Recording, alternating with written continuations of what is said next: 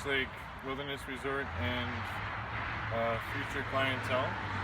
I'm here to show you a video on the parts of a rod and reel, a basic trout fly rod and reel.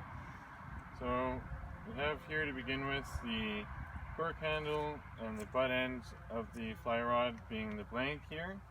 You have the guidelines, which are the eyes that you feed your line through, and also for the line to be able to feed through while you're casting.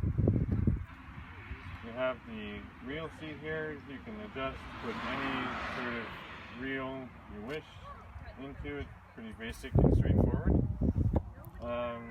With the reel here, you have the cartridge itself. Every reel is different. You can put different lines in. You have here the drag, which is used for tension whenever you're fighting or playing a fish, or when you're casting. This gives you more play feel. And you have, with your fly lines, you have starting a backing, which is just a extra line that you have on the reel to begin with. So if you get into a large fish that spools pretty well, you'll have extra line that you can play with. Then you have your basic running line, which is a standard fly line.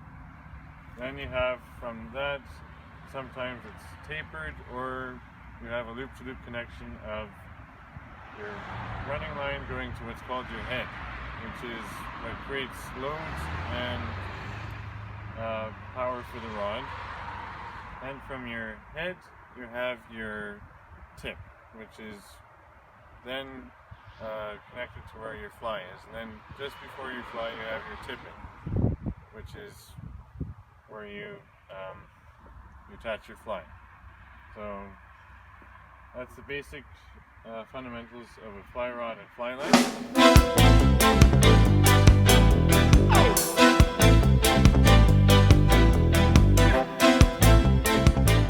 Okay, so here I'm about to demonstrate and talk about different lines that are used for different flies and different locations that you were fishing. So I'm going to start here with a floating line.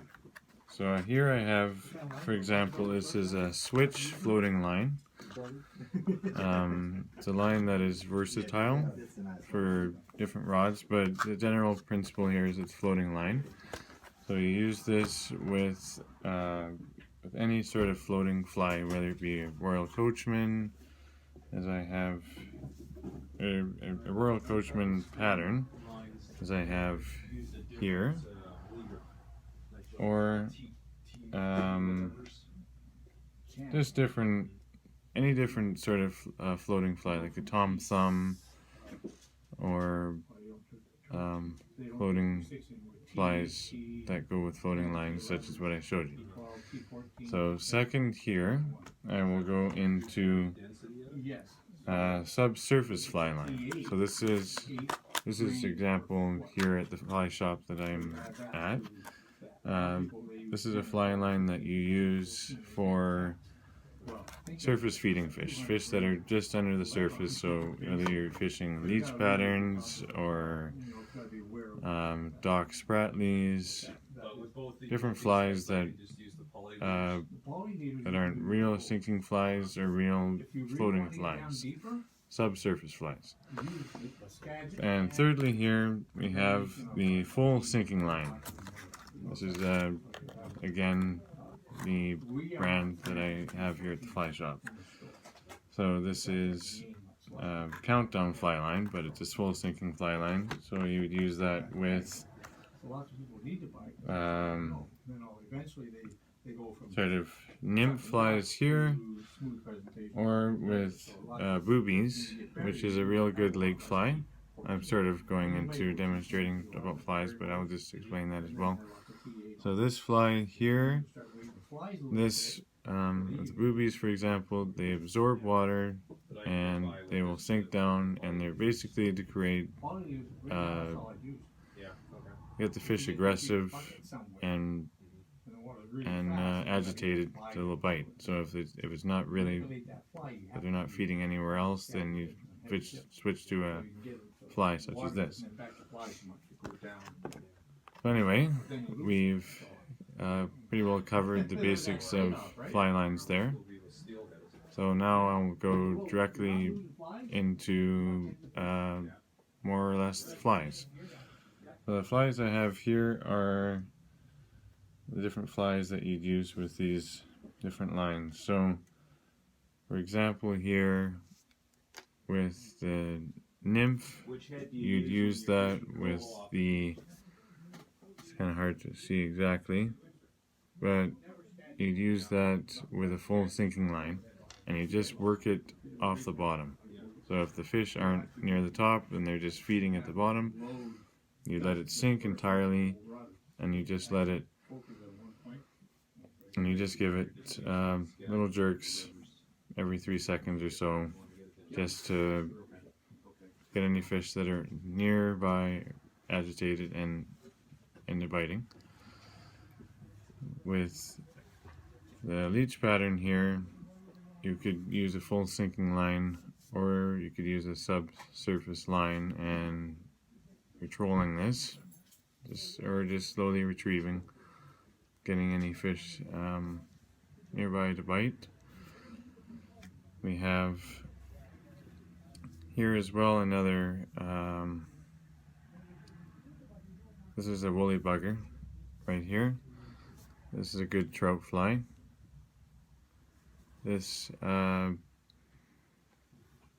use like a subsurface fly line more or less for this, or you could use a sinking fly line, and you're trolling, or you're just using your own retrieval method just to create a good presentation to get any fish agitated or biting.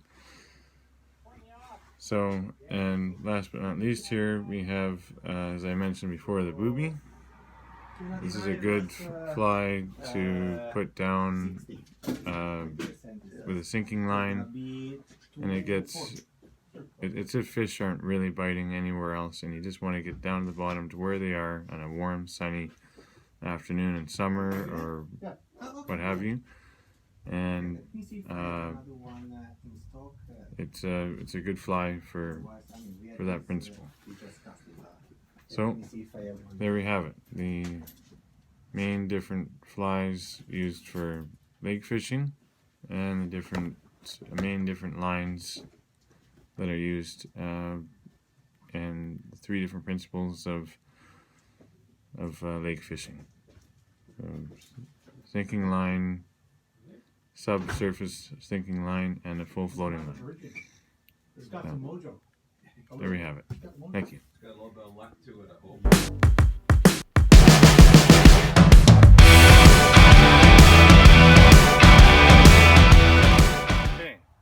Now I'm going to explain to you the 2 basic casts of trout fishing on lakes or in streams if you're in tight places or tight areas. So first we have what's called the roll cast, and you're basically creating the rod, putting the line into a D-loop position, which I'm about to show you here, and it gives you that casting capability for in tight enclosed spaces. So first we have the line here. This is the water. It looks like it's land, but see it's in water. We'll bring it up into the 2 o'clock position. This is in the D loop position. So the rod is the straight part of the D, and the line is the curved part of the D. So once we're in that position, that'll allow us to be able to go straight forward into our cast. So now we take the rod from the 2 o'clock position into the 10 o'clock position. And that gives us the ability to be able to cast in tight enclosed spaces.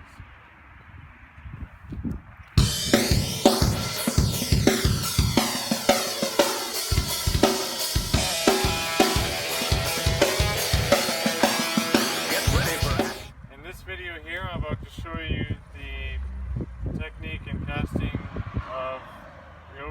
cast.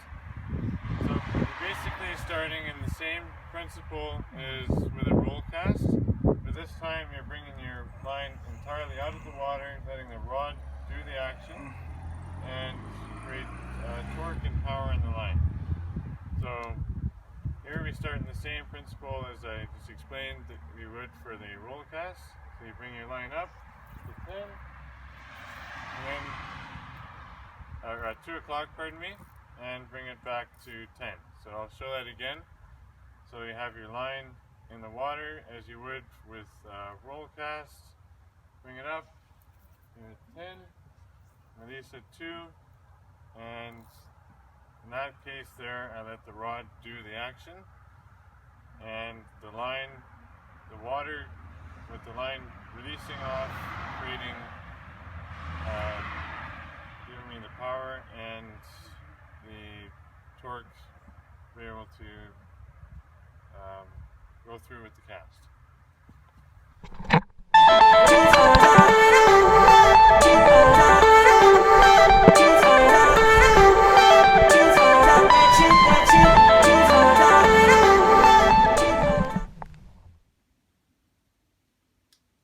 Okay, in this video here, I'm going to show you or demonstrate what you do whenever you hook into a fish to prevent you from losing the fish, and most importantly, not breaking the rod. So firstly, as soon as you have that initial contact with the fish when you're stripping, or in any case, you first set the fly or the presentation or hook into the fish by whenever when you have your line you're stripping and you have a tug or pull, just gently set the hook like so with your rod. Then the next step, which is most important to prevent you from being in a tangle or a mess or having the line go slack with the fish, is to get rid of the slack line here. Get rid of that as soon as you can. So then it's just immediate constant contact with the fish. So it's just you and the fish and the rod. So at that point, you want to keep your rods at about 90 degrees. So that way you have good tension with the fish. Your rod isn't at too far of an angle that you're going to cause it to snap, because if you're too far like this, that causes too much strain on your rod. Therefore, you're in risk of breaking your tip or snapping the whole rod altogether, depending on how big the fish is, or it's just not a good way at all to handle the rod. And thirdly, it's an inaccurate and improper way to handle the fish. So most important way is to keep the rods at about 90 degrees, have constant tension on with the fish, not too much, not too little, just enough that you have good contact with the fish and you're able to handle them, fight them properly. So just holding your rod at about 90 degrees like this, like I said, not having it too tight. If it's a little bit too tight, just give a little bit of slack, but not too much that it goes completely slack, and just fight the fish, bring them in, and there you have it.